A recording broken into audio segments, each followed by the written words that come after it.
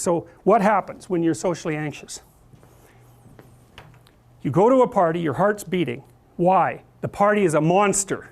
Why? Because it's judging you. And it's judging you, it's putting you low down the dominance hierarchy, because that's what a negative judgment is. And that interferes with your sexual success. And that means that you're being harshly evaluated by nature itself. Right? So you are confronting the dragon of chaos when you go into the social situation. And so what do? You're like this, right? You hunch over, and that's low dominance. I'm no threat. It's like, well, that's not going to get you very far. You know, but that's a logical thing to do in the face of a tyrant. So I'm no threat. You know, you look at the king and you're dead. I'm no threat. I'm hunched over. And then what's happening internally? What are people thinking about me? What are people thinking about me? Am I looking stupid? Am I looking foolish? Geez, I'm awkward. I hate being here. Man, I'm sweating too much. It's all internalized, right? It's all self-focused. The eye isn't working. What do you tell people? Don't stop thinking about yourself, because you can't. It's like, don't think of a white elephant. White elephant, white elephant, white elephant. You can't tell someone to stop thinking about something because they get caught in a loop. What you do with socially anxious people is you say, look at other people. Look at them, right? Why? Because if you look at them, you can tell what they're thinking.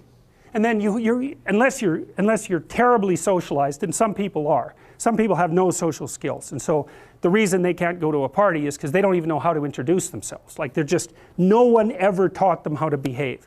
And so they're really good candidates for behavior therapy, because you walk them through the process of how you actually manifest the procedures that are associated with social acceptability.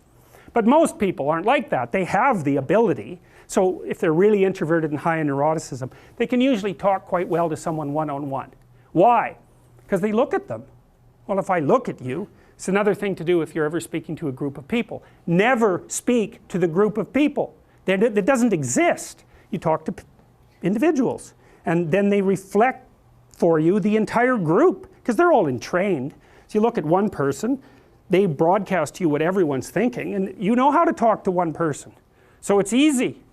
So as soon as you focus on the person, not you, you push your attention outward, use your eye, you push your attention outward, and you start watching. Well, then all your automatic mechanisms kick in, and you stop being awkward. Because if we're talking and I'm looking here, I don't know what you're going to do next, and I'm going to put disjunctions into they're like bad chords in the melody of our conversation.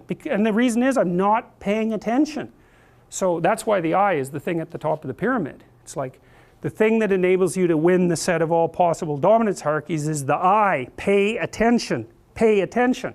That's the critical issue. That's why the Egyptians worshipped Horus. That's why Horus was the thing that rescued Osiris from the depths. It's the capacity to pay attention. What do you pay attention to most? What your right hemisphere signals as anomalous.